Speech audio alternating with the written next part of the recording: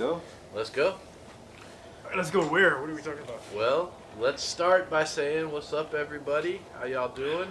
Welcome to the podcast, and let's we'll start with what Grego was talking about. New Year. What's our New Year's resolutions? Wow, The goals. the goals for the year. Yeah. Well, mine hasn't changed too much. I'm still trying to catch that dang tarpon. I've been trying to catch for the past 5 years. That's a good one. But another one is to fish a couple different lakes outside of the San Antonio region.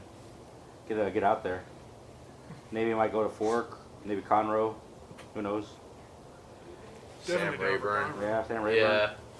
Toledo Bend would be fucking awesome. They did the Bassmaster Classic a couple years ago at Conroe, so Yeah. the championship. Conroe would be awesome. Toledo Bend would be awesome. Sam Rayburn, and of course Lake Fork, which is like a hog factory. What about you, Drew? What you got? I want to catch a bull red. I want to catch. It doesn't even have to be a fucking big speckled trout. I just want to catch a speckled trout. I haven't caught a speckled trout. We gotta hook up this summer for that. Yeah, that's what I'm saying. I want to do more coastal fishing. Like I want to get out to the coast more, and of course I want to fish Conroe. So Conroe, I've already fished Lake Fork, so I want Conroe, Rayburn, and Toledo Bend. Evan?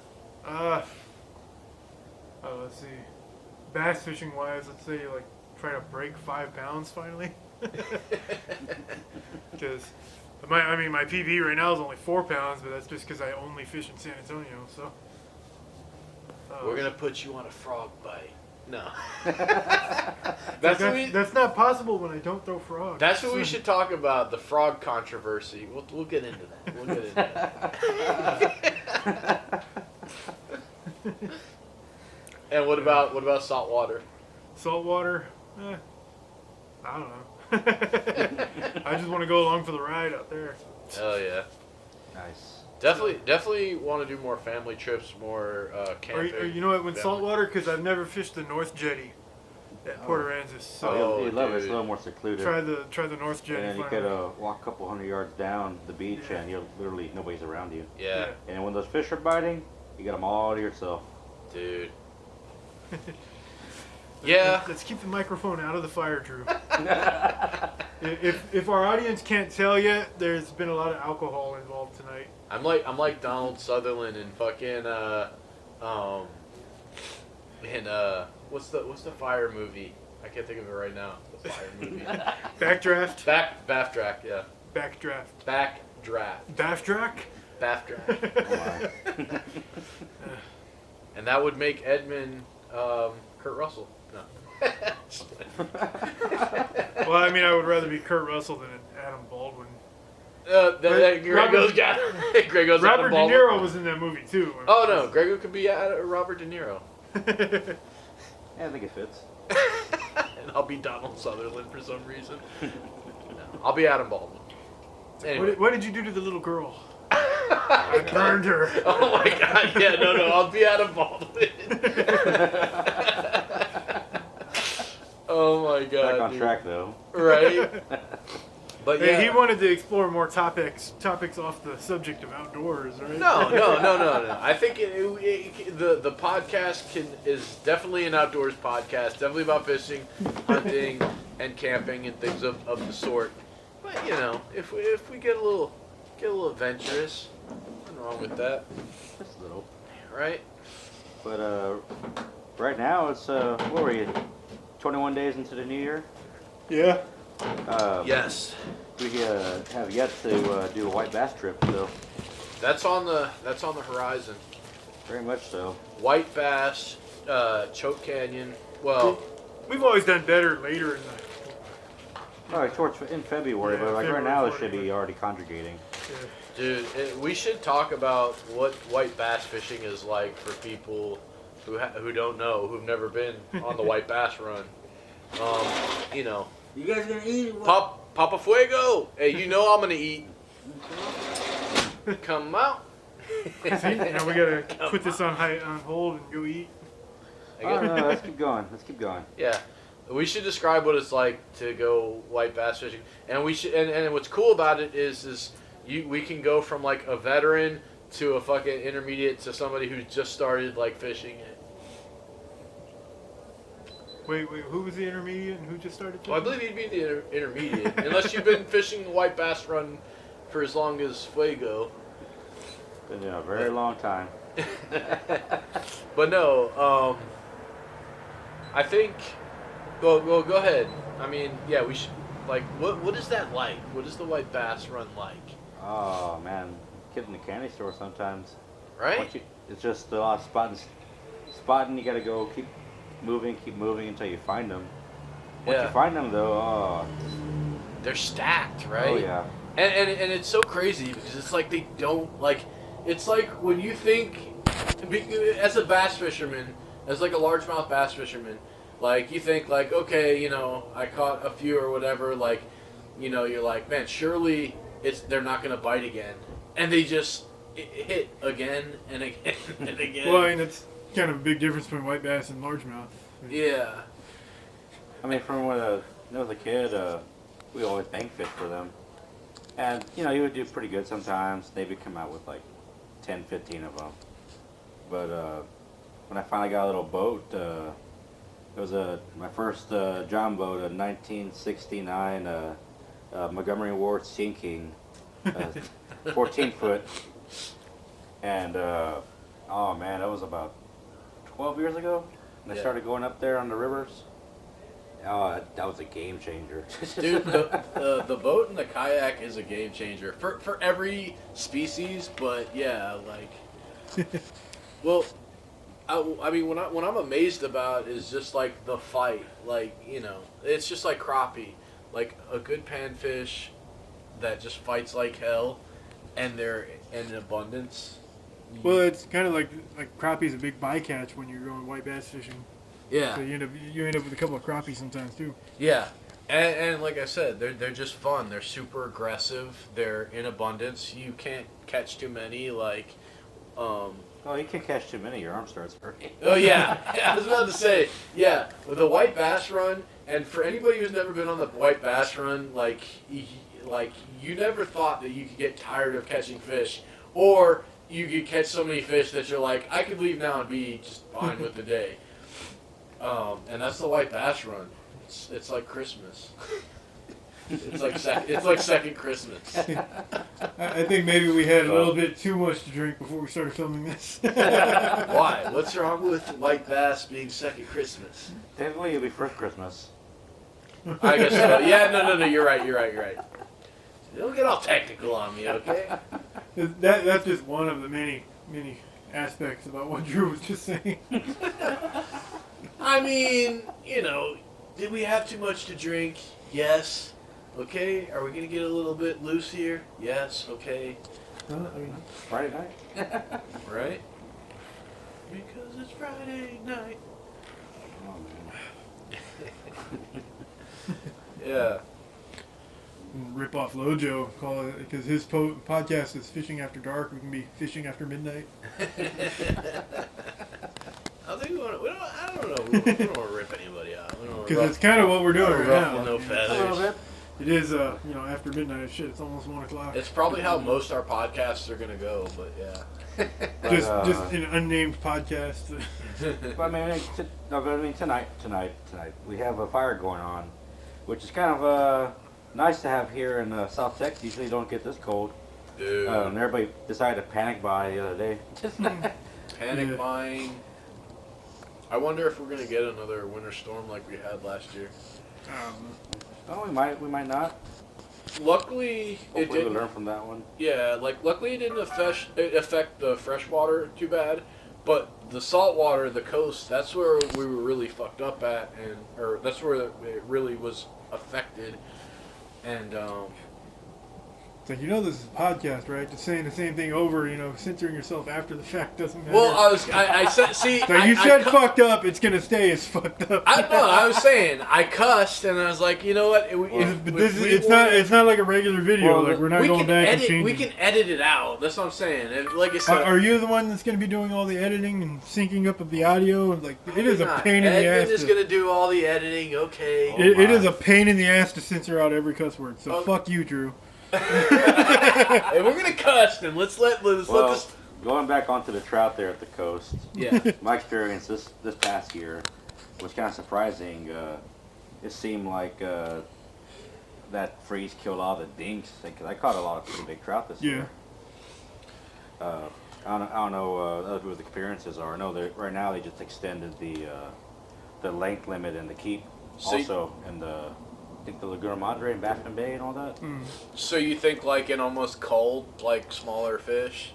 I think it did, but that's crazy. But like that's just me. I caught a lot of big trout out of the surf this year. I don't know. Like I guess time will tell if it's an unintended benefit or if it is like like you said, if it's an unintended benefit or if it was a detriment to the fishery. I don't really see it since it's salt water, and I don't see it really having that much of an effect. Like what you're saying, if it was like a freshwater body or something like a lake that's just overstocked with tiny bass or something, and it killed all the small bass and the big ones were left. But with the ocean, I don't see it doing that. Yeah. But I mean, I don't know. Yeah. I'm not a fish biologist. Time will tell. No, I mean, it didn't. I mean, they're not in danger of going extinct or anything. No. But the fact is, those bay systems had big kills of those fish. Yeah. And to replenish them in there is basically a lot of these fish stay in that same system their whole lives. Well, I'm wondering if the fish kill was bad last year, if we have another freeze, if they're going to detect it earlier and maybe like migrate. But it's like, where would they migrate to? Like they couldn't. They're already around the coast to the Texas coast. Mm-hmm. They would have to migrate further south towards like the Caribbean and. I mean, if they were capable of detecting it sooner, they would have detected it sooner last year. Oh well, that's I don't know. Well, yeah, and I guess like fish don't have like memories like that. So yeah, we might have another fish kill. Hopefully not. Hopefully not, dude. Yeah, because 1 year it might be that, culling. or maybe it was the younger ones, like Greg was saying. The smaller ones, they seem to kill mostly smaller ones. Maybe they're the ones that couldn't figure it out. Or maybe they'll build up a resilience to the cold. I don't know. I mean, they're trout. They're gonna grow fur. They're gonna grow a second layer of scales. No, or skin. Well, no, they're trout, and that's it's funny because like freshwater trout, you think, I mean, freshwater trout love cold weather and saltwater trout love warm weather. Yeah. Yeah, I don't think they're really all that related. So. Yeah, it might not be. They might be a completely it's different. It's just a name because they vaguely look similar to each other. Yeah. But I do intend on catching some trout this year at the coast. But moving on from that, Eben killed his first deer finally. Yeah. What was that like, man? I'd rather not talk about it.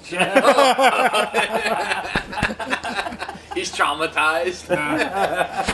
I was sitting in the blind, and a doe walked out, but she was like right under the blind, like within 10 feet of me. And like I was trying to get my rifle to line up a shot on her, and it's probably a good thing I didn't, because who knows what would have happened. There might not have been anything left over that close.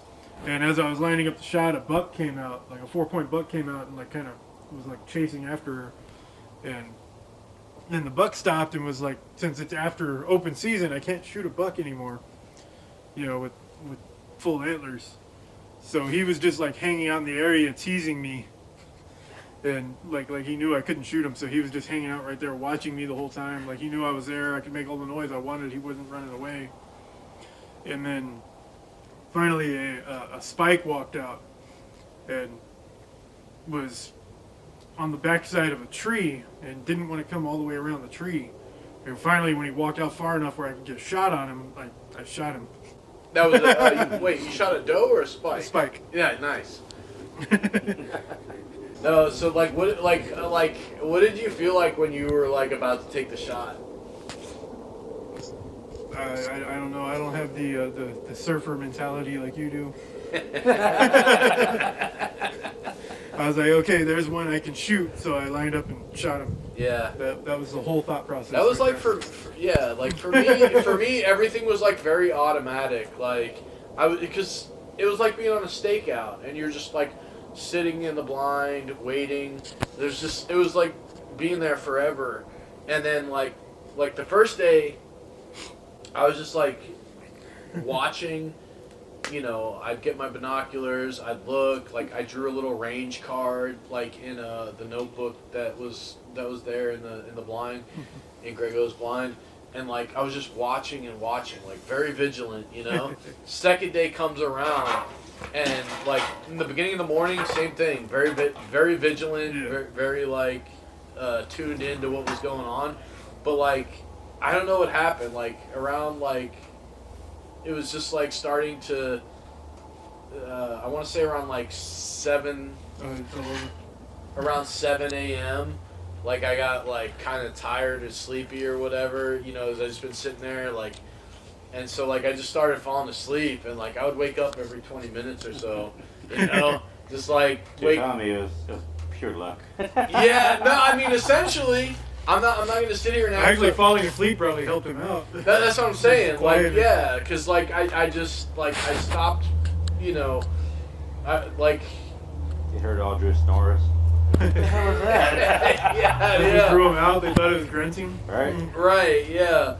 So eventually, like I woke up, and I want to say it was like 10:30, something like that, and like it was like just there, you know. I was like, oh shit, and then I just remember like slowly sliding the glass, you know, in the blind, and then everything just became automatic. Like I just picked up the rifle, racked around real slow and methodical like, and just took this. And Instead like, of being like everybody else with a round already in it.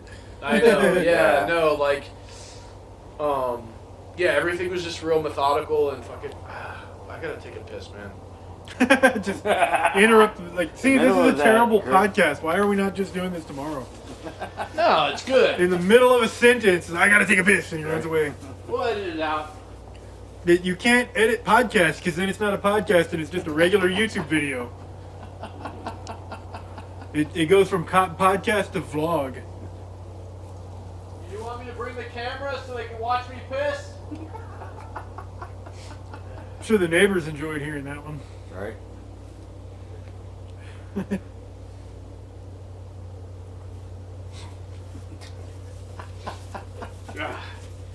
All right.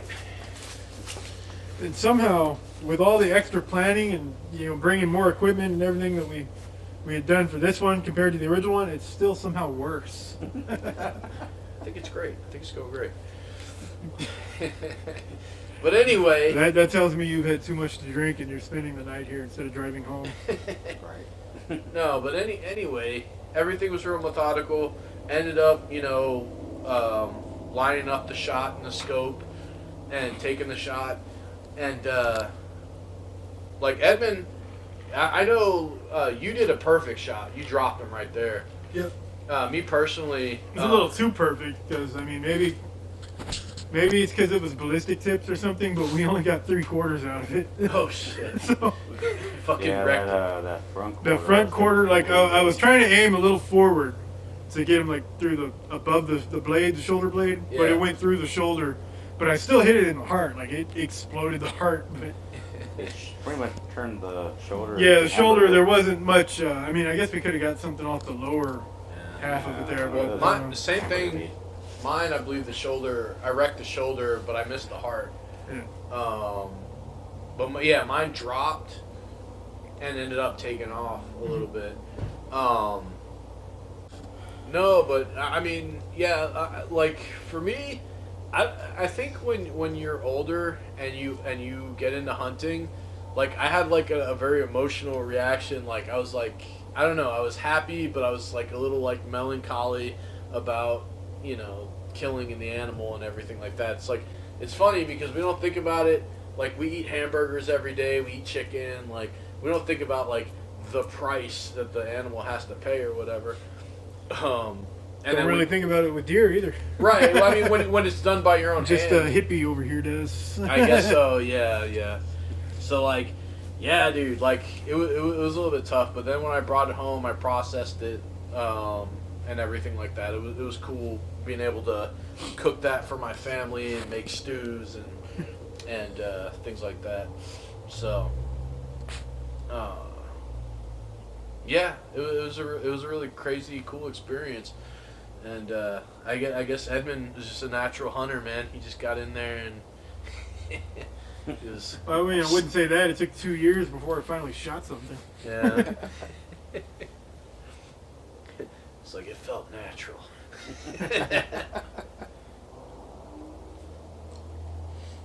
But yeah. I shot something other than rabbits and foxes. Yeah. That would The be. smoke is probably ruining the camera views. That would be interesting though. I wouldn't mind trying like a rabbit stew or something like that, or like a wild rabbit. Well, that's actually what we were supposed to be eating during the podcast, but What happened? Greg forgot to thaw it out. I had things happening today. Yeah. Yeah. That's okay, because like I still somehow forgot half the camera gear I was supposed to bring. The tripods and everything.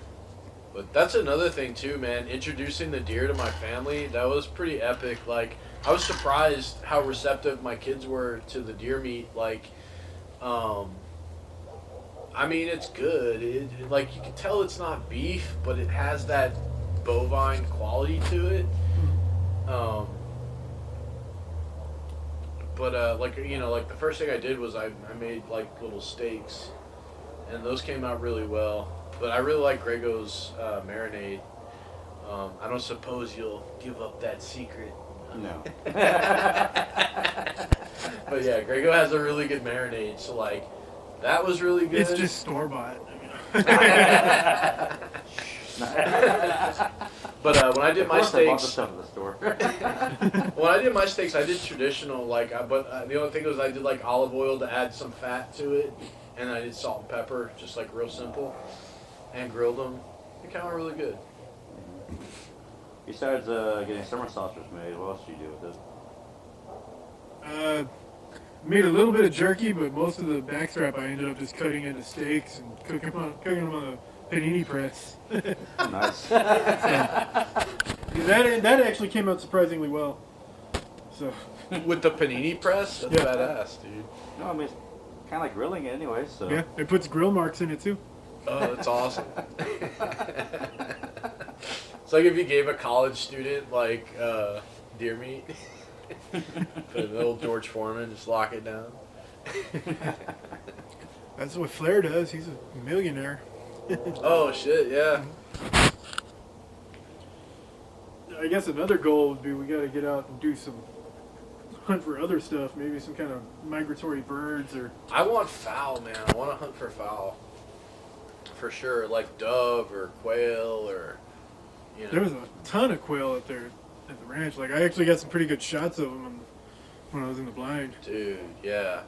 I definitely wouldn't mind going on a quail hunt or dove, and but that's the only thing I gotta do. I gotta get a freezer, a wild game freezer, because our freezer at my house is all stocked up with like stuff for the kids and just regular like store bought meat. So I gotta get like a little ice chest for the garage, so I can put like white bass, catfish, wild game, stuff like that.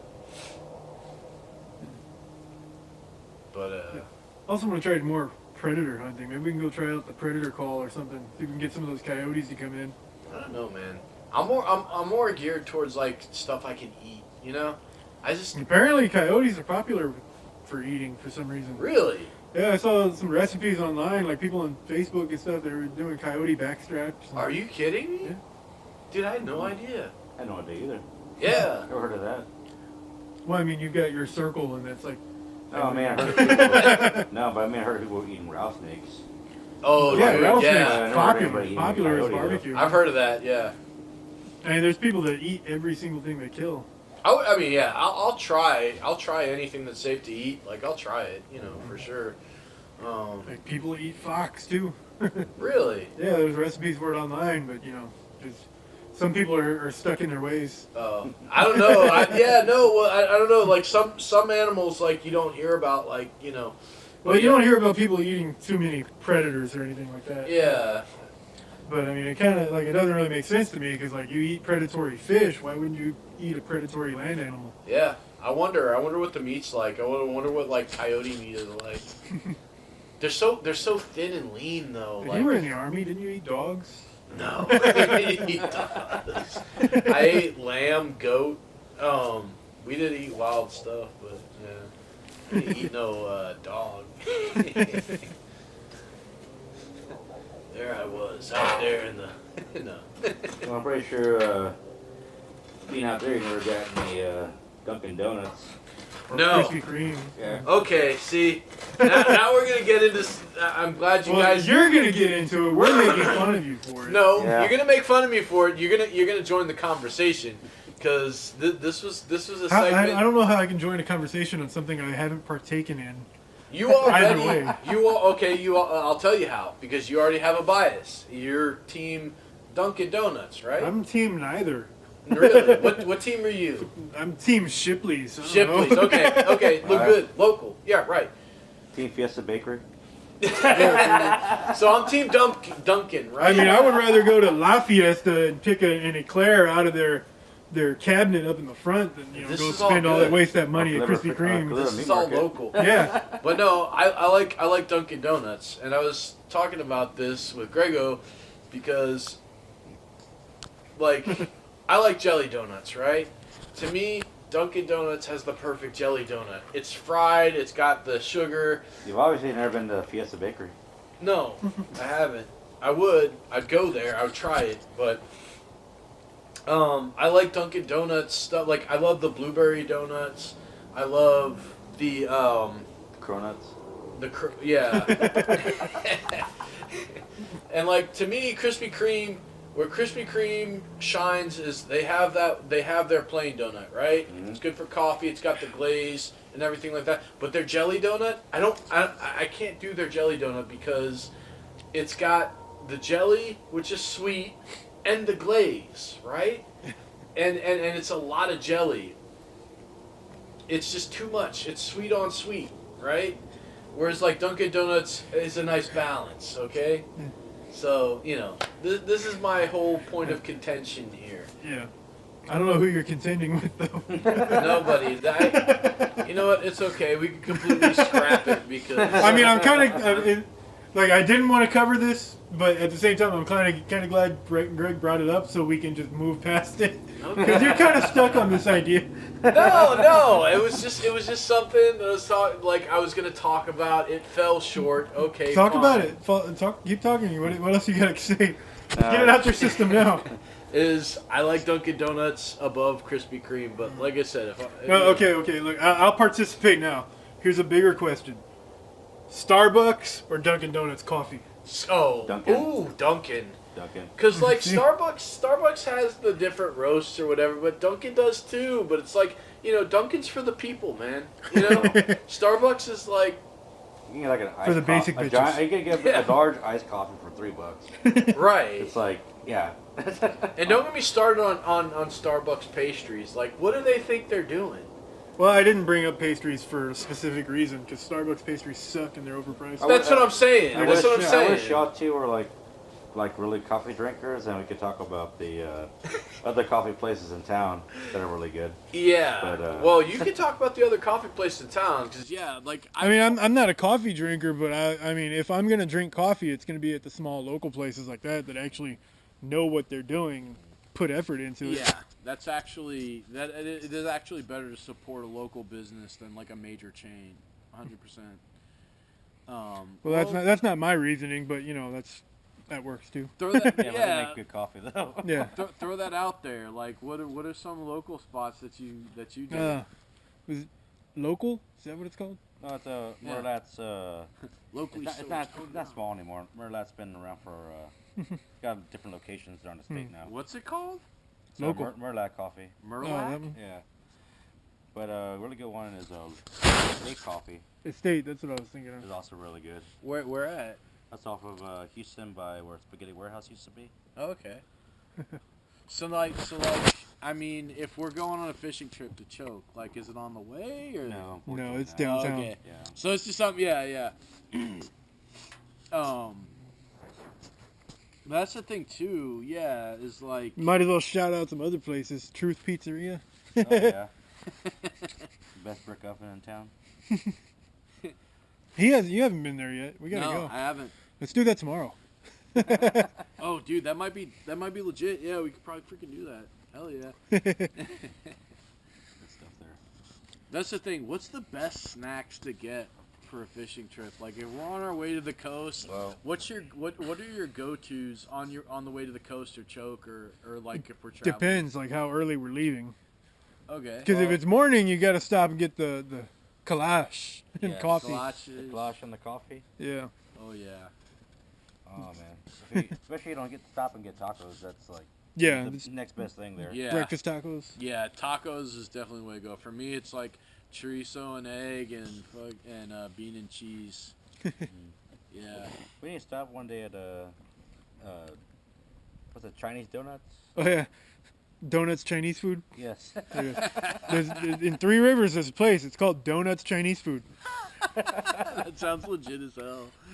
It's like I can't tell if that's the guy's name or if they serve donuts and Chinese food. His name is Donuts.